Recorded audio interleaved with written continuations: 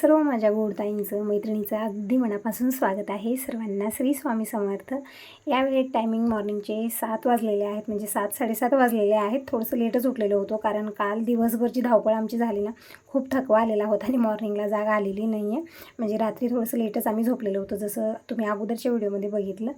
काल आम्ही भजी, रोडगा, आंबील खिचडा हे सगळं बनवलं. म्हणजे वेळा अमावस्याची पूर्ण तयारी झालेली आहे आदल्या दिवशी रविवारी, आणि आजचा वार सोमवार आहे. तारीख आहे 30 डिसेंबर आणि आज आहे वेळा अमावस्या. तर सर्वांना वेळा अमावस्याच्या खूप साऱ्या भरभरून शुभेच्छा. हॅपी वेळा अमावस्या. व्हिडिओ थोडासा लेट येत आहे, त्याबद्दल सॉरी म्हणत आहे.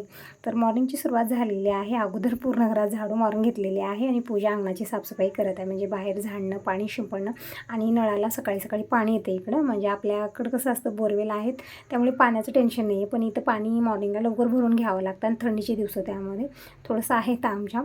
तर पूजा ते पाईप वगैरे जोडून ते पाणी जे आहे ना, मोठ्या सिंटॅक्समध्ये, बॅलरमध्ये इकडे तिकडे कुठं कुठं भरायचं आहे, ते पाईपच सोडलेलं आहे. म्हणजे घागरीन वगैरे भरलेलं नाही आहे. आणि संग अंगण पण झाडून घेतलं, बाहेर पाणी शिंपडलं. ही सगळी बाहेरची कामं पूजा करत आहे आणि मी आतमधली सगळी कामं आवरून घेतलेली आहे.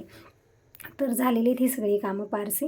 आता आंबील बनवायचं आहे. म्हणजे काल मी पीठ तर शिजवून ठेवलं, खूप गरम होतं आणि लेट खूप झालेला होता. रात्री केलं तर झालंच असतं, पण म्हणतात ना, आळस आलेला होता दिवसभर धावपळ करून करून, त्यामुळे मी केलेलं नाही आहे. म्हणजे थोडंसं आळस काढलं आणि आता मी आंबील करत आहे इकडं. तर पीठ तर हे रात्री म्हणजे कालच शिजवलेलं आहे, तर रात्रभरात व्यवस्थित गार झालेलंच आहे. तर या पिठामध्ये अगोदर मी पाणी टाकलेलं आहे आणि रवीनं हलवून घेतलं. म्हणजे छान ते एकजीव करून घेतलेलं आहे रवीनं हलवून.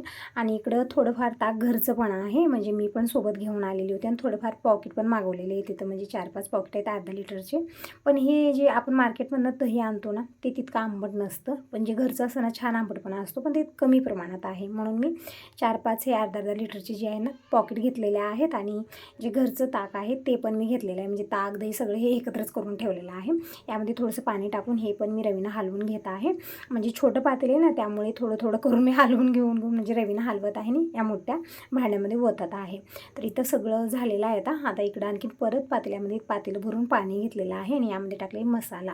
हा कसला मसाला आहे तर कोथिंबीर, लसूण आणि अद्रक मिक्सरला एकदम बारीक पेस्ट करून ठेवलेले आहे, पण जास्त प्रमाणात केलेली पूजानं, म्हणून मी 1 ते 1.5 चमचा टाकले. कारण जास्त मसाला झाला तरी पण आंबील प्यावंसं वाटत नाही आहे, म्हणून फक्त 1 ते 1.5 चमचा मी टाकलेले आहे. इकडं रवीनं हलवून घेतलं, पाण्यामध्ये छान एकजीव केलं आणि हे पाणी मी इकडं ताकामध्ये ओतलेलं आहे. एकदम छान टेस्टी आंबील बनवून तयार झालेलं आहे. खूपच छान टेस्टी झालेलं होतं. आणि मीठ टाकलं आहे चवीपुरतं. छान मिक्स केलं तर आंबील बनवून तयार झालेलं आहे. तर आता हे आंबील तर झाले, झाकून ठेवलं मी. आणि तेल रात्रीच आम्ही कढवून ठेवलेलं आहे. म्हणजे तेलामध्ये मोहरी आणि जिरं टाकले, लसूण पण टाकू शकता, फक्त मोहरी जिरं टाकलेलं आहे आणि कढवून ठेवलं. आता हे पण व्यवस्थित गार झालेलं आहे. तर एक कॅटलीमध्ये मी भरून घेतलेलं आहे. तूप पण घेतलेलं आहे, म्हणजे नंतर विसर होते म्हणून सगळ्या या वस्तू ज्या आहेत ना एकत्र करून ठेवलेलं आहे. आणि आता डबे भरून घेत आहे मी. म्हणजे आता जे डाळ आहे ना ते पण मला रंगवायचे. म्हणजे पूजानं अगोदरच ते शेणानं सारून ठेवलेले आहे. म्हणजे आज डालमध्येच हे सगळं घेऊन जायचं असतं. म्हणजे डाळ म्हणजे काय तुम्हाला माहिती आहे, जसं लाकडी टोपलं असतं ना मोठ्या आकाराचं, त्याला शेणानं सारवलं जातं आणि त्याला रंगवायचं असतं. ते पण काम आहे, पण अगोदर मी इकडे डबे भरत आहे. म्हणजे आतापर्यंत पारसी कामच झालेले आहेत आणि त्यामध्ये पूजेची तब्येत बिघडलेली आहे. म्हणजे कालपासून तिचं कान खूप दुखत आहे, ताप पण आलेली होती रात्री. म्हणजे वातावरणामुळे असं होत असेल, म्हणजे कान दुखणं, दात दुखणं हा सगळा प्रॉब्लेम खूप जणांना होत आहे.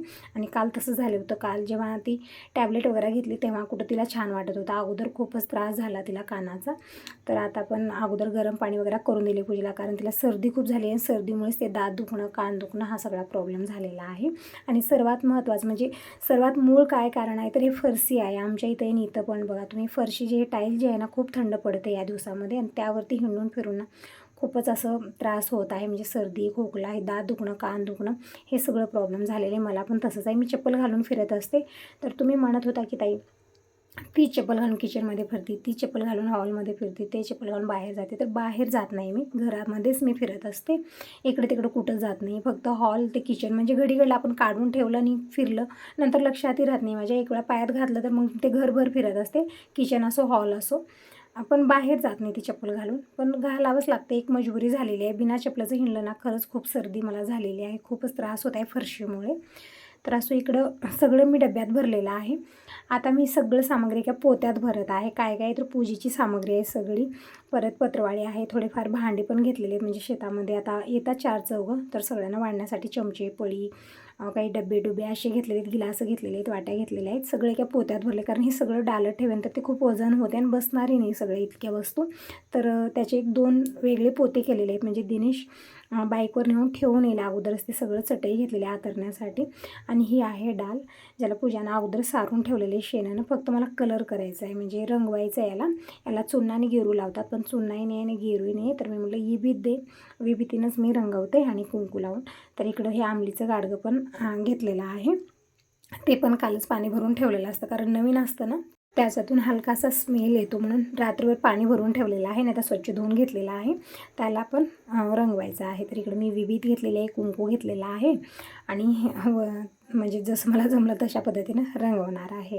आणि इकडं पोत्यामध्ये तरी सगळं भरलेलं आहे, जसं समय आहेत, आरत्या आहेत. तिथे गेल्यानंतर आता देवीची पूजा करायची असते आपल्याला. सगळी पूजेची सामग्री घेतलेली आहे. आणि परत काय काय लागणार आहे, म्हणजे पत्रवाळ्या घेतलेली, गिलासं घेतलेले आहेत आंबलीसाठी, परत थोडेफार भांडे, चमचे आणि हे ते सगळं आठवण करून पूजा इकडं सगळं जमा केलेलं होतं आणि मी पोत्यामध्ये भरलेलं आहे. आणि डबेही भरलेले आहेत. भाकरी जे आहेत ना ते आता मला पॅक करायचे आहेत, म्हणजे भाकरी काल करून आम्ही इकडच्या रूममध्ये पसरवलेले आहेत. ते फक्त आता सगळं भराभरी करायचे आहे. पण मॉर्निंगला थोडंसं उठायला लेट झालं आणि असं म्हणत आहेत की आज पूजा जी आहे ना लक्ष्मी मातेची 12 वाजेपर्यंत म्हणजे अगोदरच करायची आहे, म्हणजे एक मुहूर्त आहे असं म्हणत होते. तर थोडंसं लवकर निघालं तर ठीक आहे. तरी पण बघा आम्हाला जाता 11 वाजले होते घरीच, कारण खूप लेट झाला. म्हणजे सगळी मॉर्निंगची कामं, चहा पाणी, नाश्ता वगैरे झाला आणि त्यामध्ये पूजेची तब्येत पण बिघडलेली होती. तर मला निवांत करूया, कारण जास्त धावपळ केली तर तब्येत बिघडत आहे. तर इकडं झालेलं आहे त्या डाल आणि जे आंबलीचं गाडगं आहे ते रंगवलेलं आहे. आता भाकरी पण सगळ्या मी इकडं जमा केले आहेत, म्हणजे रात्रभर फॅनच्या हवेला मी पसरवलेल्या होत्या. आणि सजगुऱ्याच्या भाकरी छोट्या छोट्या केलेल्या आहेत, कोंडीच्या भाकरी केलेल्या आहेत, दिवे, कानुले, मलिदा हे सगळं आम्ही कालच केलेलं आहे. सगळं रात्रभर फॅनच्या हवेला ठेवलेलं होतं. आता सगळं मी इकडं भराभरी करत आहे. आणि फुलाचे हार मी आणायला लावलेले आहेत.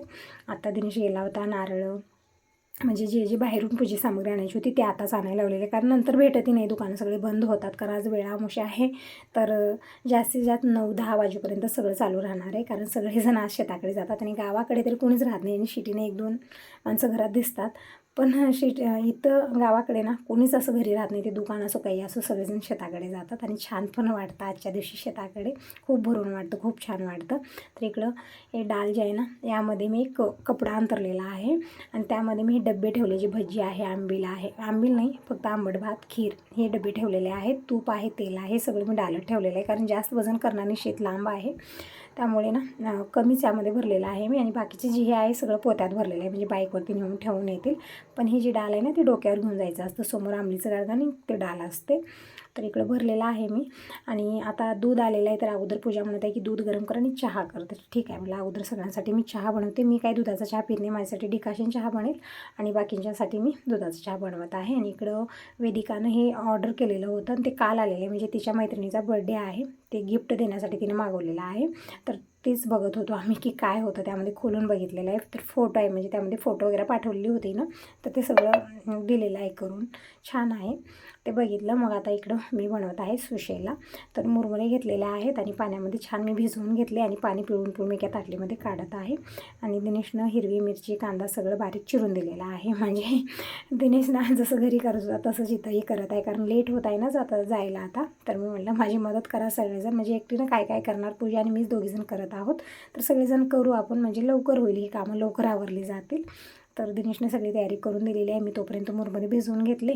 आणि हे खलबतमधलं ती वाटण करायचंच भेटत नव्हतं, मग मी बेलनं घेतलं. बेलण्यानं इथं थोडंसं मोठं वाटण केलेलं आहे शेंगदाणे आणि डाळवर.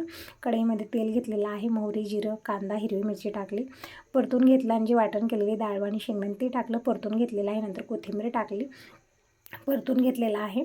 आता टाकूया यामध्ये हळदी पावडर आणि थोडीशी साखर पण टाकलेली आहे आणि या मुरमुऱ्यामध्ये भिजवलेल्या चवीपुरतं मीठ टाकलेलं आहे. छान मिक्स करून घ्यायचं आहे, म्हणजे सुशेला बनवायला जास्त वेळ लागत नाही, झटपट बनतो. जेव्हाही घाई गडबड आहे ना त्यावेळेस सुशेला हा नाश्ता खूप लवकर बनतो. पोहे पण बनतात, पण पोह्यानं पित्ताचा प्रॉब्लेम खूप होतो, म्हणून मी इकडे सुशेलाच बनवत आहे.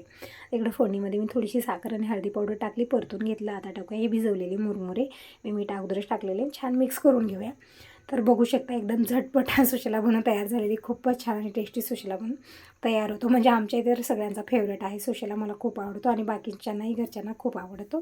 तर बनलेला आहे. तर आम्ही नाश्ता वगैरे केलं सगळ्यांनी आणि रेडी झालेलं होतं. आता मी ही साडी घातलेली आहे, पूजाने ही साडी घातलेली आहे काटापदराची. म्हणजे काटापदराची साडी घातलं ना काय होतं, आता शेताकडे ती साडी आवरायची का कामं आवरायची असं होतं ना, त्यामुळे मी जी जास्त हेवी आहे काटापदरी साडी घालायला मला तितकं आवडत नाही आहे. त्यामुळे मी साधी सिंपल साडी घातलेली आहे आणि पूजानं घातलेली काटापदराची साडी.